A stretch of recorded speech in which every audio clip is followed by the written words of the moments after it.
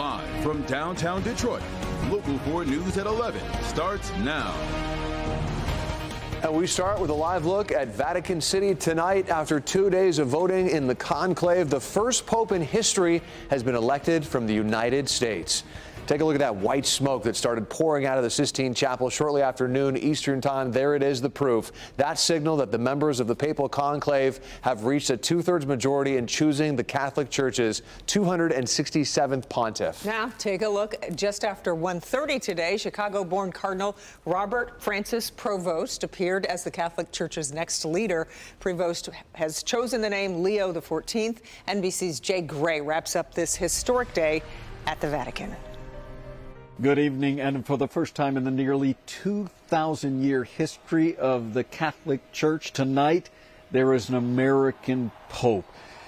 Chicago-born Cardinal Robert Francis Prevost, who's taken the papal name of Leo XIV, speaking for the first time after his election to a crowd of more than 150,000 spilling out of St. Peter's Square and into the streets of Rome. Among his first words, the familiar Catholic refrain, "Peace be with you."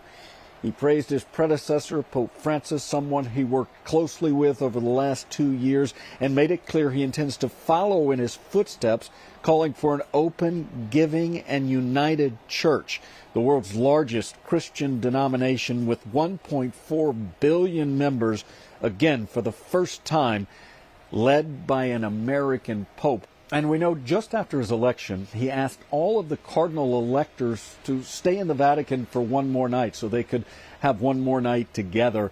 He also went to the piazza where he's lived for the last 2 years, visiting with his neighbors, his friends there, coming back as the first American Pope.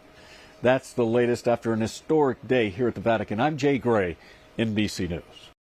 Jay, thank you. Here at home, the selection of Pope Leo being widely celebrated. And today we also got reaction from Catholic leaders here in Metro Detroit. Theologically, he seems to be a moderate, and I must admit, I love moderates. I find working out of the heart of the church and avoiding these two extremes that sometimes suck all the air out of the room. He was a missionary, and what I love about him being a missionary is that you don't go and impose things when you're on a mission. You learn from the people, and they teach you, and then you form each other. Our coverage continues on clickondetroit.com. Scan the QR code right there on your screen with your mobile device, and that will take you to a detailed online story on Pope Leo's background, which includes insight into why he may have chosen the name Leo and what it means to be Augustinian. You can also find the link right there on the homepage of clickondetroit.com. All right, let's get a check on the weather and some changes tonight. What happened to the heat? Here's a live look at our Ann Arbor Skycam as a frost advisory is in effect for parts of southeast Michigan. Let's get right over to 4-1 meteorologist Kim Adams with a first look at the forecast, Kim. Well, what a difference a few days makes. We've definitely seen some colder nights here, and tonight's going to be one of the coldest as we drop down into the 30s. At midnight tonight, most of southeast lower Michigan goes under a frost advisory. It does not include Wayne and Monroe counties, also the city of Detroit, but there could still be some patchy frost even in those counties. The rest of Metro Detroit, again, under that frost advisory until 9 a.m. Friday. When you wake up tomorrow morning, in Howell, it will be 32 degrees, mid-30s in Mount Clemens, upper 30s out at the airport. So anywhere from about 39 down to 32 will be the morning lows tomorrow. So enough to get that frost going. Then we start a little bit of a warm up. In the afternoon, we'll get back to close to normal temperatures in the mid to upper 60s. So as you send the kids off to school tomorrow morning, it's going to be cold, but it does warm up in the afternoon. And speaking of warming up, looks like a nice Mother's Day weekend ahead, but there is a little tiny change to Saturday that we're going to talk about coming up in a minute. All right, sounds good, Kim. Thank you. Tonight, we're looking at what's next after a mistrial was called for the officer charged in the death of Patrick Lyoya. After 4 days of deliberation, the jury was deadlocked. Jacqueline Francis has covered every day of the trial and joins us with where things go from here. The hung jury came as a disappointment, but not a surprise, as all eyes are now on the prosecutor to see if he refiles charges. First, I wanted to verify that that's true, that you're unable to reach a verdict as a panel. Correct. Okay.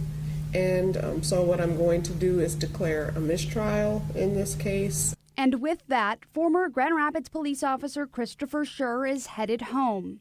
Christopher Schur is happy that the jury didn't determine that he's criminally responsible for that death. But, you know, it's hard to say that we feel like this was a victory. Now the big question, will the prosecutor refile charges? It's a process, and I'm not going to rush into it, and we'll go from there. As the prosecutor mulls it over, Patrick Lioya's family has made their stance clear, wanting the officer to be recharged. To don't give up, to don't get tired.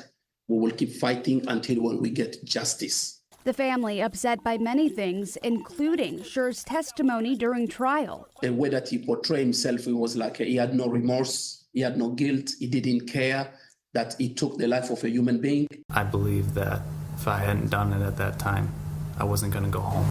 His testimony just one of many factors the jury took into consideration and ultimately couldn't agree on. There are emotions, but, you know, I've been in hung jury where you can tell, oh my gosh, I think these people are going to kill each other. And this was not that. I didn't get that feel. There's, you know, they disagreed. There's, you know, definitely some tension, but they got along and they seem to be, you know, really trying to make an effort. The debrief with the jury could play an important role in whether or not the prosecutor chooses to retry this case. The defense told reporters that the majority of jurors were leaning towards not guilty. Back to you. Okay, Jacqueline, thank you. A 19-year-old woman from Detroit has been charged in connection with a deadly shooting at a Foot Locker in East Point. Tonight, investigators are still trying to piece together what happened in the moments before that shooting that left 2 people dead and several others injured. LaKayla Sheila Taylor was arraigned today and is currently being held on a $2.5 million bond. She's due back in court next week. 4 men, including a Ford worker, are in custody in an auto parts bust in Wayne County. The arrests were made on Tuesday. A months-long investigation by Dearborn police shows that the worker stole brand new Ford vehicle parts and then funneled them to a Detroit business for resale.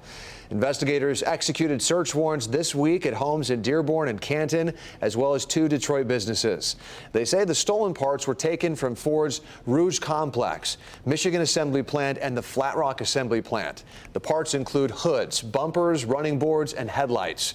Ford is cooperating with the investigation, we're told. We reached out to the automaker for comment, but we are still waiting for a response. The man charged in a DoorDash delivery driver's murder is headed to trial. Terrell Sims is charged with second-degree murder in the death of 26-year-old Mamadou Diallo. In March, Diallo was shot and killed near the Detroit-Ferndale border a day before his 27th birthday. Last month, 3 people were taken into custody, but 2 were released. Today, a judge determined there is indeed enough evidence to go to trial. The University of Michigan officially has an interim president. Domenico Grasso has been appointed. He has been the chancellor for the Dearborn campus since 2018. He's known for boosting graduation rates and research funding. Grasso will lead the university while a search for a permanent president gets underway. But Grasso has said he will not be seeking the full-time position himself. The Board of Regents is set to confirm his appointment at their next meeting on May 15th. Sad news for Detroit baseball fans. A fan favorite from the 1984 World Series champion Tigers has died. Chet Lemon played in the majors from 1975 to 1990, including 9 years with the Tigers. He, along with Kirk Gibson and Alan Trammell, led that 1984 team to take home the title with 20 home runs.